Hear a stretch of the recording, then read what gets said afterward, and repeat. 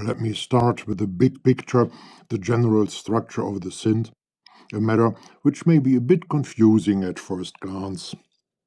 The smallest or deepest, most basic functional sound generating unit in Surge is an oscillator. Here we can tweak parameters like pitch, wave shape, unison, and more. Up to 3 oscillators make the next higher level called a scene. On the scene level, we can tweak parameters like filter cutoff, envelope stages, and a lot more. And the next higher level is the whole VST, which contains 2 of these scenes, which we can use alternative or both together to make real complex and or fat sounds. And the result of all of this makes the sound of up to 32 voices, 16 per scene. Voices are logically kind of above all of this because I cannot tweak an individual voice differently from the others. When I, for example, change the filter cutoff, this change will cause on all 16 voices of the scene equally. I'll return to this last matter later in this series when I talk about modulations. Let me show you some examples of working with the mentioned levels of oscillators, scenes, and the whole VST now. All right, so the oscillator panel of a scene is here, completely to the left. The scene itself is the panel of the scene is here, this one, and I can switch between the scenes using these toggles. Scene A, Scene B, back to Scene A. I can listen to both at once or to only one later. More about this. But let's go to the oscillators. I unmute oscillators 2 and 3 here. The mixer where I can mute and unmute is part of the scene. Later, more about that. So we see oscillator 1 is a sine wave and at a basic octave. Oscillator 2 is a sine wave as well, 1 octave down, and oscillator 3 is again a sine wave 2 octaves up. I don't want all oscillators to produce sine waves, so this little button I can come to the menu choosing different waves, and I will explain it, the details later. Let's say I want a wave from, yes, by Venus theory, some FM thing. Let's say this one. Let's listen to it. Yeah, that's okay. It's nice. I like it. And I leave the pitch. I go to oscillator 2, unmute it, mute oscillator 1, sine wave. Well, yes, but I want it at a higher pitch. So let's listen to both. I unmute oscillator 1. Yeah, all right, that's okay. And oscillator 3, I don't leave it at sine wave. I take classic, I take square. Oh, I have to unmute it, mute the others. But that's a basic pitch. All right, let's listen to all 3 together. Yeah, I go back to oscillator 1 and increase the number of unison voices, and it's only oscillator 1 which gets more unison voices now. Yeah, that's okay. When I unmute, when I mute oscillator 1, you hear all the other 2 oscillators without any additional unison voices. But let me unmute it again. Now I go to oscillator, not oscillator, to scene B, and even scene B has 3 different oscillators. And I leave the saw wave here, and oscillator 2 shall be, let me change another one. For example, no, I don't want this. Let's once again go to wavetable, and you see when, I can tell you here already, when I go from any wave shape to the category of wavetable or window, here the yellow bar appears, and clicking on it, I can choose between a lot of different waves. Let's say cello. Yeah, cello is okay, but sorry, I have to, of course, listen to it. Yeah, both together. Yeah, but I want cello a bit higher. And both together. Yeah, and oscillator 3, saw wave. No. I want something completely different, so I go to string. Yeah, that's okay. And all together. Oh, sorry. Unmute all 3 oscillators.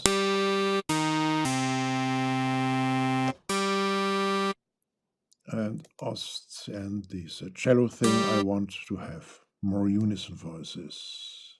A lot more.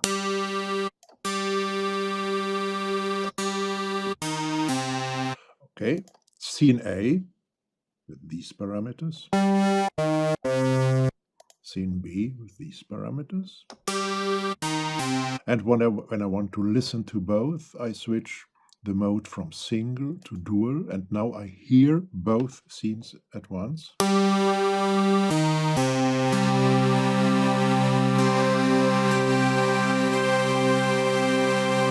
But I have to reduce the general volume. Okay, important is to know is, even if we now listen or can listen to both scenes, I can tweak only the scene which is switched on here. So at the moment only scene B. Let me go back to scene A and to single mode again. So now we listen to scene A only. When I change the pitch, for example, at the scene panel here, the pitch relation of the 3 oscillators doesn't change. So oscillator 1 is at basic pitch. Oscillator 2 is 2 octaves higher. Oscillator 3 is again at basic pitch. And to make it even more visible, I will change oscillator 3, the pitch of oscillator 3 using this slider. What terrible. No. It's not better. Okay, just to demonstrate. And now I change the pitch on the level of the scene.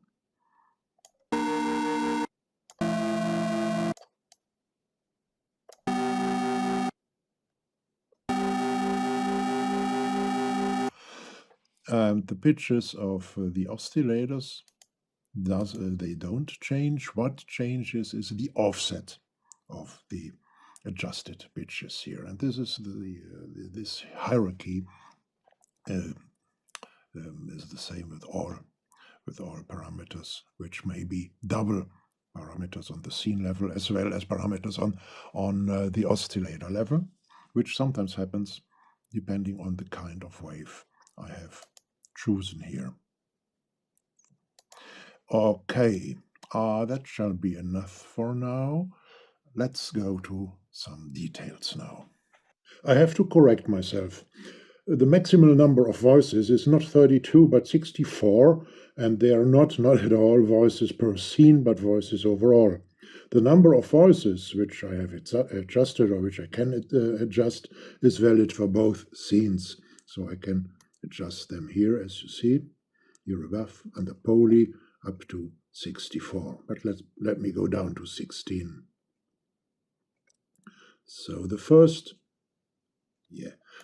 number is the number of voices which are in use at the moment. So let me hit the key, and then you see it jumps from 0 to 1, 2,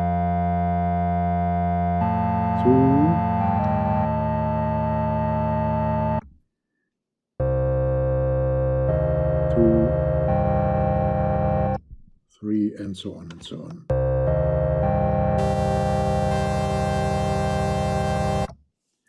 Okay, makes sense.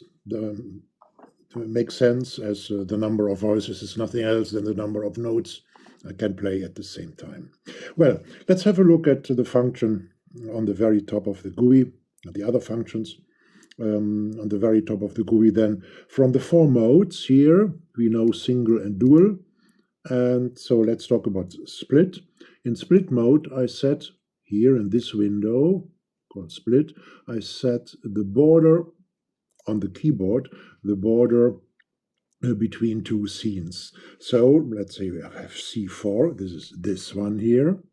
And when I play a lower note, I get the adjustments, I get the sound from scene A. And now let's go to scene B. No difference, because I have to go to the upper part of the keyboard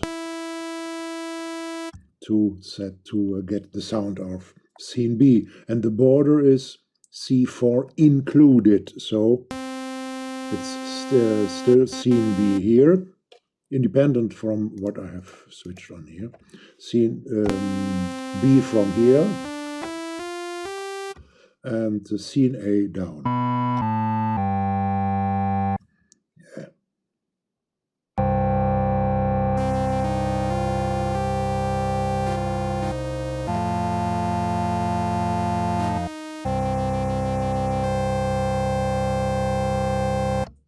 All right.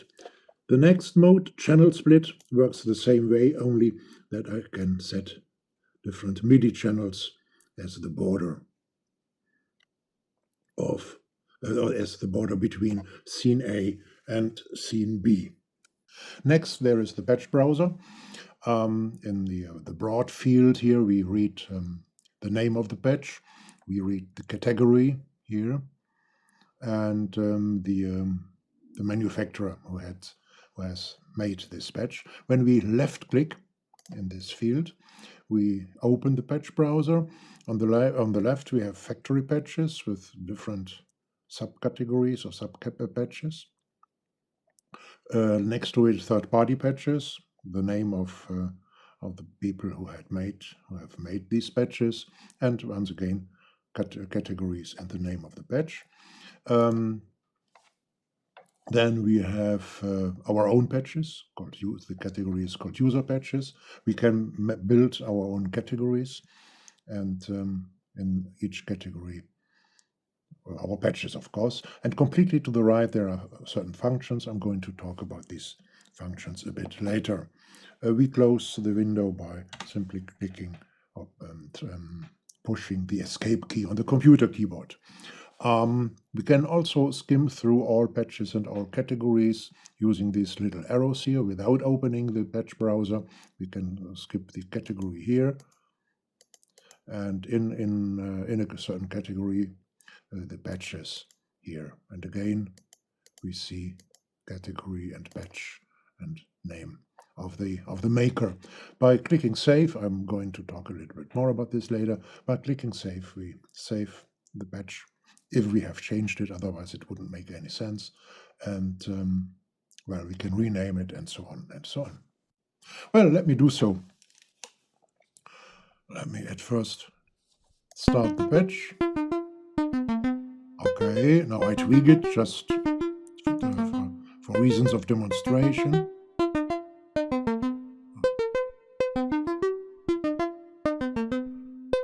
That's better. All right. Now I say save. Let me stop it.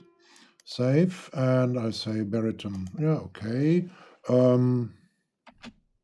New category. Okay. Demo. MPE demo.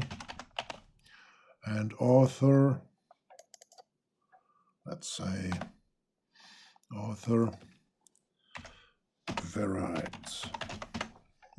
Command just for reasons of demonstration.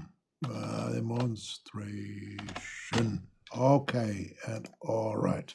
Now I have saved it. Let me click left click in the patch browser. And here I have the new category, my user category, and my new patch. All right. Let me open the patch browser again and have a look at the functions panel here. The first function resets all parameters to the default patch, which is a patch called init saw by default when you download the VST for the first time, but can be set to any other patch by activating the second function in the list. Let me do so. So I close the window for a moment again, and let's say I go to Gianna Brothers Basis Black Swarm. Let me have a listen. Oh yes, all right. Okay, so clicking in the patch browser, left clicking, and I say set current patch, this patch as a default. I could have changed the patch before, so now I close the whole thing again, open it, or let's say, it's gone. Here it is. Go to the patch list and to something. Okay, let's say this patch 8, pet 8. And now I want to go back to the current, to the initial patch, which is now my black swarm. Okay, yeah, that's it. Save patches and load patches is clear, I think, as well as refreshing the patch browser. The three opening functions here, open user patch folder, factory patch folder, and third-party patch folder, leads us to the same result, to the same files we see we have seen in the oscillator section, but on the level of the operating systems browser. So let me open it. On the other, here it is. Here are mine. User patches, let's say demonstrations. It's empty. Also demonstrations. Yeah, here are the patches. And, well, the factory patch folder. And what we have seen as categories in the oscillator section, we see here as folders, and then as files, the patches as files. Okay, or perhaps just a third party. Let's say emu, and we have subcategories this time here, means subfolders, and the patches again. There's going to be a separate video in this series, a video dealing with the file management, patch management, and organization, and how and where to get additional content, additional help also, and about the Surge community, and so on. But let's continue learning the basics about the global functions on top of the GUI. Right to the patch browser, there is the status function. There are the status functions MPE, tune, and zoom. MPE stands for MIDI polyphonic expression, and essentially means that we can assign each node of a polyphonic synthesizer to another MIDI channel, so that MIDI messages like, for example, pitch bend and other channel-wide messages can be applied to individual nodes of, for example, a chord or a polyphonic melody line differently. Surge allows to enable and disable this MPE function, and so allows to set pitch range. Let me show it here in the menu. Pitch range and pitch bend range, sorry, pitch smoothing, and so on, individually for each note of a chord or a melody line. By the way, when we click, and this is valid for each menu, what opens for each pop-up menu, when we click on this question mark here, we get automatically to the right chapter of the manual, of the online manual. Let me show it somewhere else. Let's say, with tune. And then we come to tune, and so on and so on. When we click the tuning button, let me switch off MPE. When we click the tuning button, we come to the submenu menu of different scales, micro-tuning scales and others. And let me show this. For example, here's a lot of scales, or factory tuning library, for example, with submenus, again, subscales. So fans of different and exotic scales, as well as composers and musicians who like to work with micro tuning, won't miss a thing here. The application of different scales and of micro tuning, as well as their musical meaning and possibilities, well, may well be talked about in a later video in this series, a little bit depending on how much interest you show in this matter and in this series at all, of course. The lowest button in the status department is zoom, and here I can choose between different sizes. Now I'm at 150, let's go to 125, or even to 100. It's too small for my eyes. All right. Right, to the status department, we see the global FX handling. We can bypass all effects. We can bypass synth and global effects, and we can bypass only the synth effects. There's also even a submenu or a menu showing these the possibilities. Interesting is the character, or are the character switches here below. Please watch here the signal analyzer, the spectrum, when I change from warm to neutral to bright. At first, the warm. Look here at the end, at the high end of the spectrum. Now bright. You see it's more higher partials in it. Less higher partials in it here, and less loud.